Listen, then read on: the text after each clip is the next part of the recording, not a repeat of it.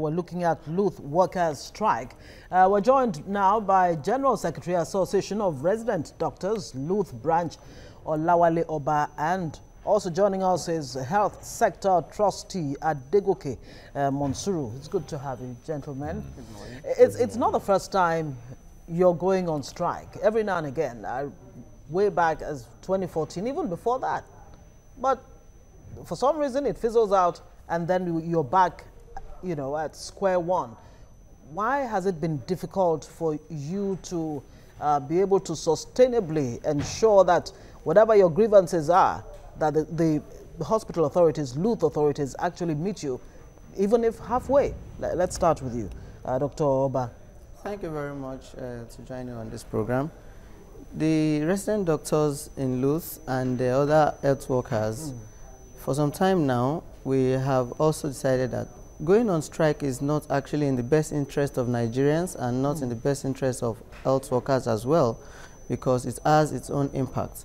However, the necessary things that are important for the ongoing of a sustainable practice are deficient.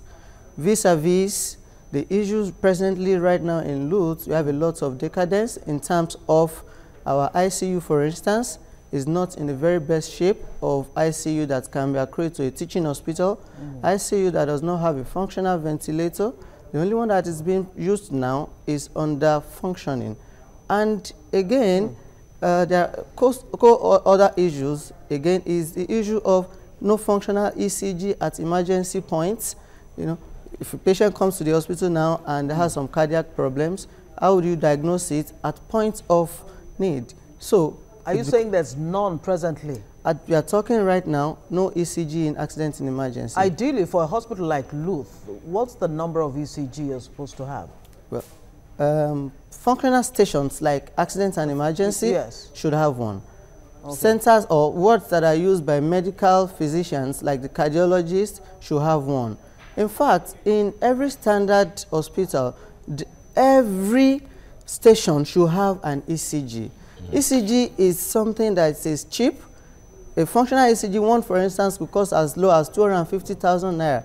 What is that to cost a station like LUTH to have? Make us understand what ECGs are. What are they? ECG is electrocardiogram. Okay. It shows the heart readings, the heart functions of individuals. And for many patients that have cardiac pathologies, you know, it can quickly give you what the problems are.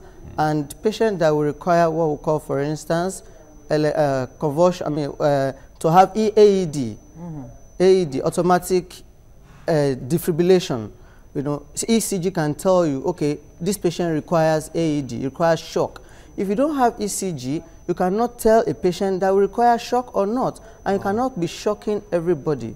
Some cardiac conditions does not require shock. So it leaves a lot of vacuum, you know, to medical practice, effective medical practice. All right, Comrade Adegoke, let me come to you on this. When it comes to, certainly these issues are not just popping up all at once. It's been there for quite some time. When it comes to negotiation, when it comes to engagement, when it comes to talking with the authorities, how bad have things become? It's been really bad. It's been really bad with the tenure of Professor Bode, where the immediate past He's chief the medical CMD? The chief medical The chief director, medical director. yeah. Okay. He has not been labor friendly. Like we used to have quarterly meetings throughout the whole of last year. I'm not sure.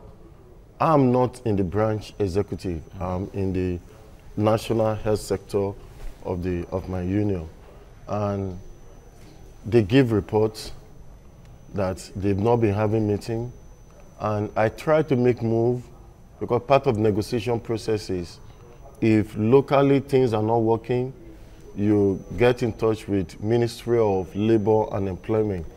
That's the office of the State Controller of Labor, who represent the Minister of Labor and Employment in each state.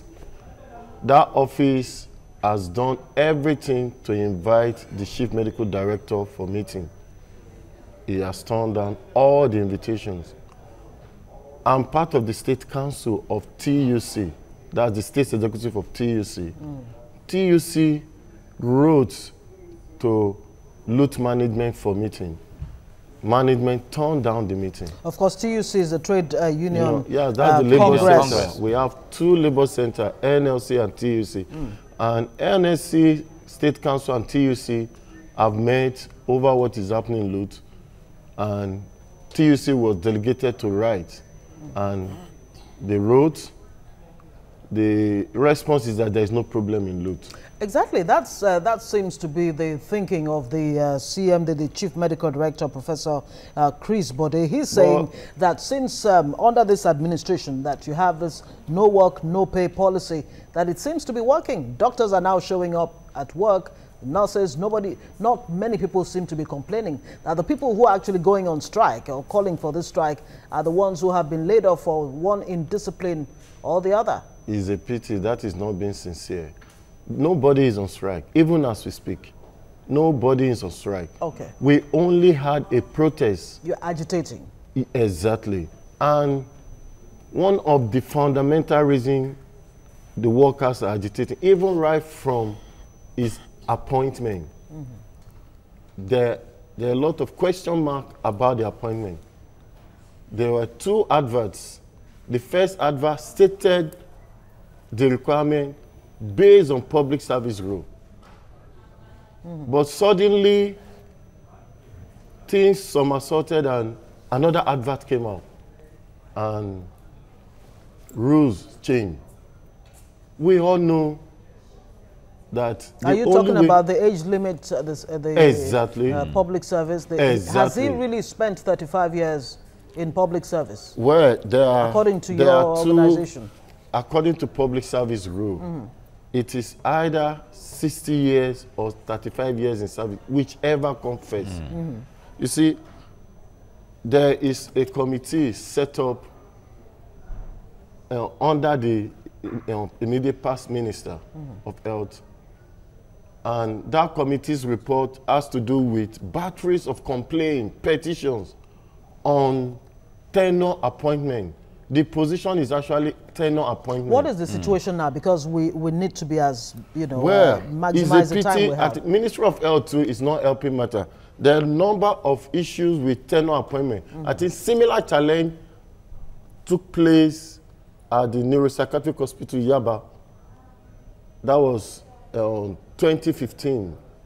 And the union members there, all the health unions, all the unions and associations came together and they were on strike consistently for about 2 months plus or thereabout. We need you to hit the nail on the head. Are you saying that he has overstayed his tenure, the years he's already 62 years. He's 62, so he has overstayed. That's what you're saying. He claims he's a professor. That is true, he's a professor. But as of today, what is obtainable in Nigeria, establishment, Council of Establishment, the meeting they still had, what do you call it? The report of establishment still say 60 years of age or 35 years in service, whichever comes first. It's only in the university that you talk of 70 years for professor, and then those that are not professors, 65 years. University is under Ministry of Education. Teaching hospital is under Ministry of Health, even though we are sisters institutions. But there are separate laws that establish those two institutions. You cannot use the provision of Ministry of Education in Ministry of Health. And that is what we are saying. Rule of law must be maintained. You cannot change the rule in the middle. And you are there, you came in through back door. The Ministry of Health has been covering this. These are all manner of allegations. Well, these are, when it comes to that, those are allegations. This report, well, it's not a matter of just, I brought it, this report. But the report didn't say he came in through the back door. That's what I'm saying. Well, the report, look at the recommendation of the committee. The recommendation of the committee is clear. The committee recommended that since the CMD of LUTH is already 60 years old by August 1st, 2015, he should retire immediately and hand over to the Chairman Medical Advisory Committee, since the retirement age of 70 years is only applicable to the University of Lagos. All right, Okay. we'll got that then. We'll come back to that. The issues of welfare on one hand, the issue of state of the hospital, no equipment to work. Those were some of the demands they say that the management has to meet. And we've been talking here with Dr. Olawale Oba, his General Secretary of Association of Resident Doctors in Lagos University Teaching Hospital. And we also have Comrade Adegoke Monsuru Kehinde of the Trade Union Council or Congress. We've been talking about this. Now, Doctor, let me come to you on this. Now, all of these challenges, that the picture you painted for us earlier on, is it a product of or fallout of the lack of funds from the federal government to LUTH, or is it just mismanagement from the management of the hospital? So we can know where the problem really is. Thank you. Well, before the present management came on board, at least LUTH had been running. So I cannot say that it's an issue of federal government. I know that federal government is funding federal institutions, especially health. Health is one of the cardinal points of a campaign of this present administration, I mean the federal government. And as such, I do not think that it's going to be a point of not producing or providing funds for hospitals.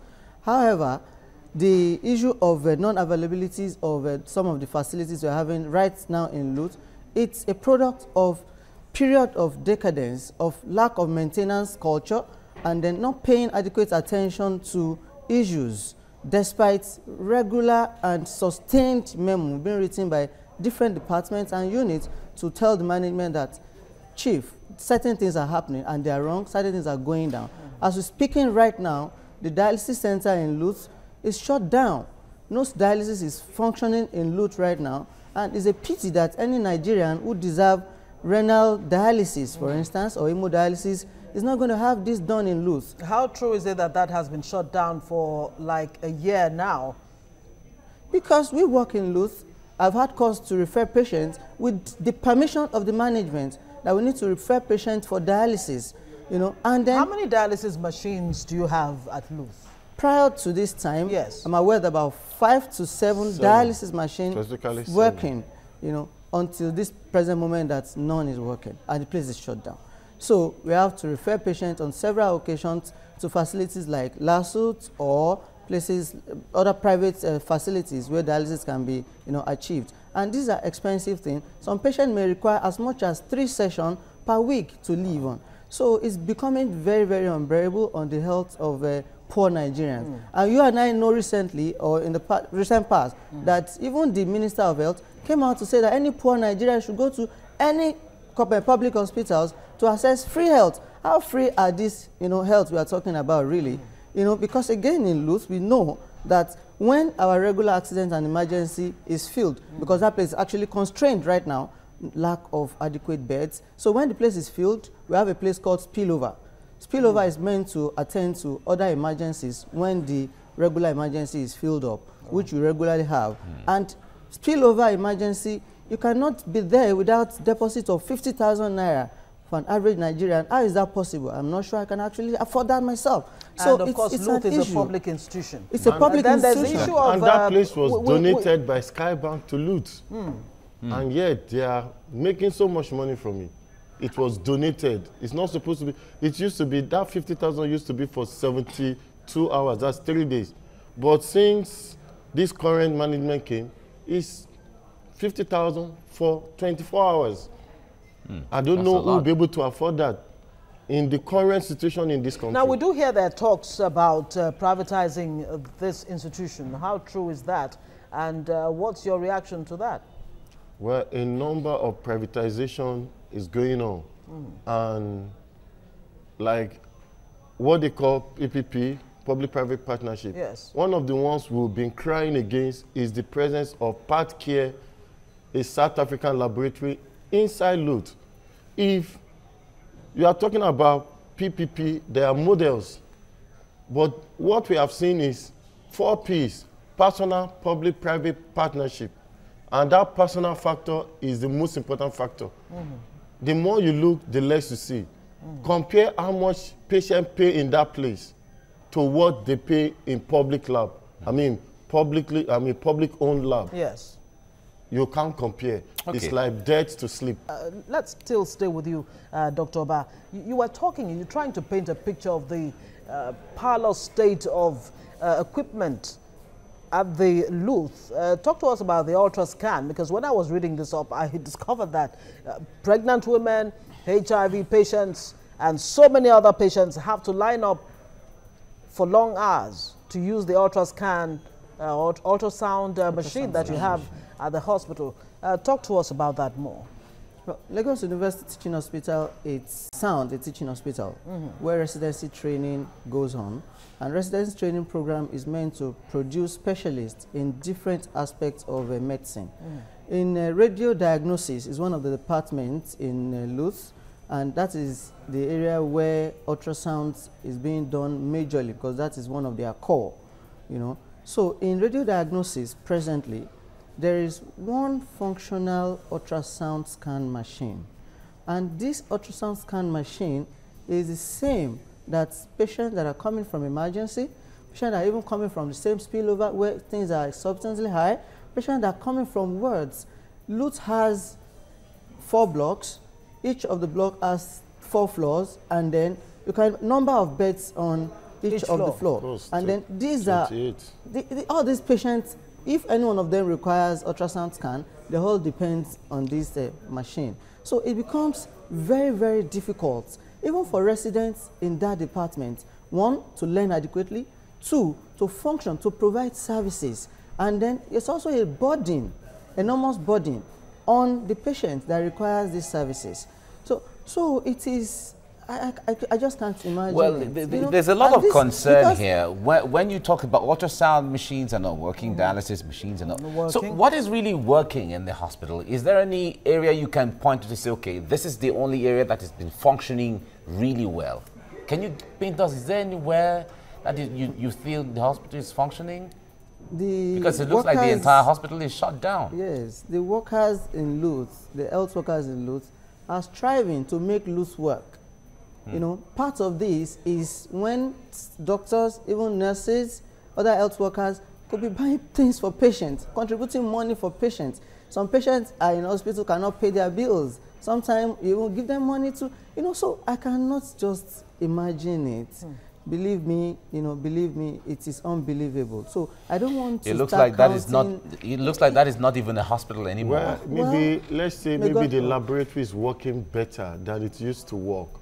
In the name of PPP, it appears to be working better because a number of PPP is taking place. But then, where you have to do blood screening, Lagos State is also doing PPP. To screen blood in Lagos State is 4,500. In LUTH, it's 8,500. Just the screening? Screening. I wonder how much the blood itself is. No, that's what you pay for screening. That's what you pay for screening. Yeah, just to screen. To screen, free, yes, at least to have safe blood. Yes. But the gap is wide.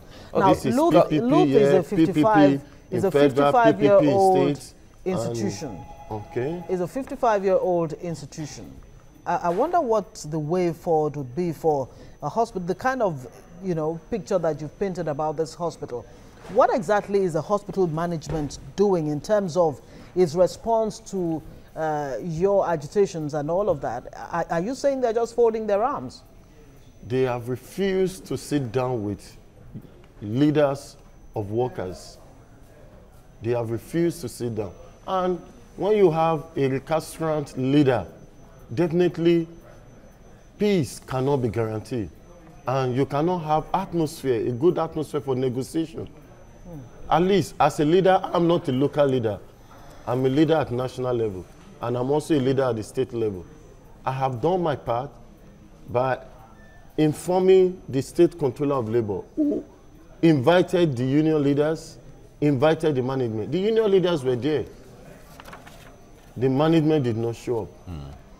So as a round off now, what options are left to you now are open? What's going to be the way forward? The option is that we are not asking for too much. We want LUTH to function. I finished from LUTH. I'm back in LUTH for postgraduate training. We want LUTH to regain its glory. Yeah, lost yes, glory. We want LUTH to regain its glory. You know, we want meaningful Nigerians. Federal government, Oshibajo should come. Let's come and look at LUTH. Whatever, okay, even if it's an issue of funds, let them provide it. But LUTH must function. You can also do your personal investigative journalism, look into it, advise, you know, stakeholders. Okay. All right. I will also want to say that we will not want bad precedent in LUTH. This man's appointment is illegal. It should be looked into. They should bring out Danjuma Karao report. Why are they keeping it? Why are they hiding it? President Buhari, when he was swearing in Alhaji Yaya Gusau as the Director General Budget Office in the Budget Office of the Federation, His Excellency said that Mr.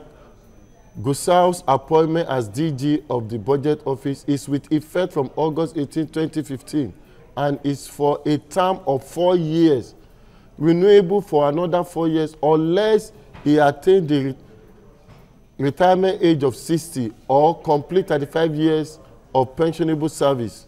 That is President Buhari saying this on the 18th of August 2015. But that statement pertains to somebody else, not this. That is a not DG. Professor Chris. Professorship is only limited to the university. We understand it's that, but would like to say these are allegations because for us, we'll need to, if the other side is interested in clearing the air about this, of course, we'd love to hear from them. Gentlemen, thank you so much for joining us on the show this morning, Comrade Degoke Monsuru and Dr. Olawale Oba, General Secretary, Association of Resident Doctors. We really hope there'll be a way forward, of course, for yourselves and the institution that is LUTH. Thank you very much for coming.